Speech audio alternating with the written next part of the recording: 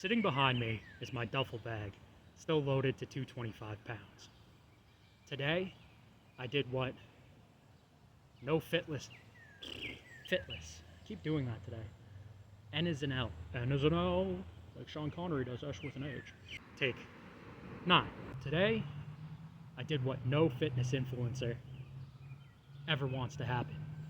I don't have the PR on camera. Sitting behind me is my duffel bag, loaded to 225 pounds.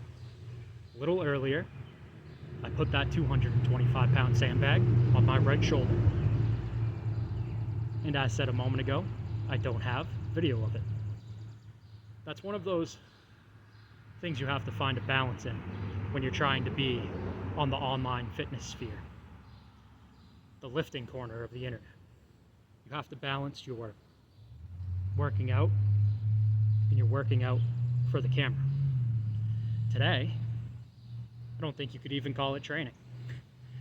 I did one single for that PR, which moved it up from 200 while I weighed 235 in fall 2014 to 225 while I weighed 295 today, June 16th, 2025.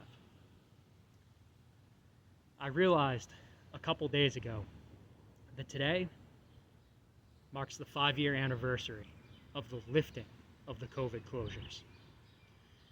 The gyms were shut down for a few months, and on this day 5 years ago, the gyms reopened.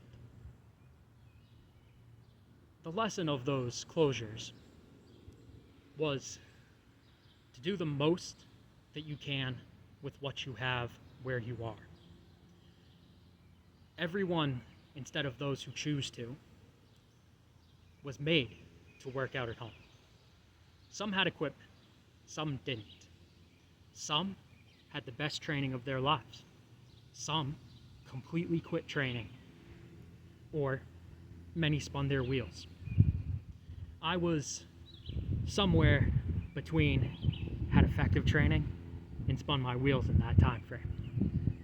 I had a 300-pound weight set, but as far as I recall, I didn't do anything over 135 and possibly nothing over 95 pounds. The only lift I did during the closures was high rep overhead pressing, very light, usually bar to 95, and maybe some overhead squats with the same. The sandbag behind me. I had the duffel bag folded up. I could have spent $50, probably less, and rebuilt the sandbag and effectively sandbag shouldered that entire shutdown. What did I do during the shutdown? I did my push-ups. Push-ups are at 9 years and change now, every day. I did those high rep military presses, probably a little bit of high rep overhead squats, and I rode my bike, generally only about 4 miles, I would say, but my bigger loop was about 8 miles.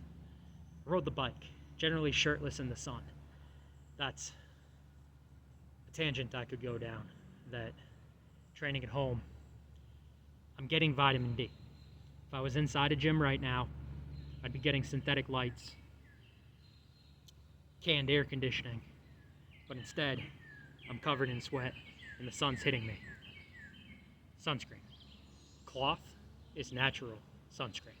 My point is this. 99% of the time, you could train harder than you are. You could do more with less than you have. You could do more with what you have. That's what we all had to have learned from those COVID closures 5 years ago. I'm pretty happy that I shouldered 225 today.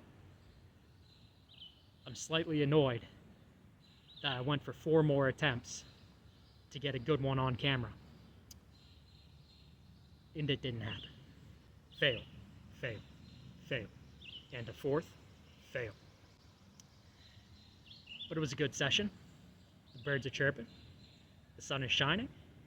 And this was take 9, trying to talk to the camera. Wherever you are, you can work out effectively. If you have zero equipment, You have all the calisthenics in the world, you can flex.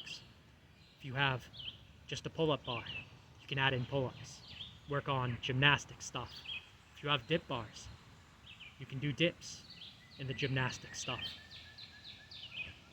If you have about 50 bucks, you can buy a surplus duffel bag, go to the hardware store, get sand and cleanup bags, and have a soft, moving around version of an Atlas stone wherever you are.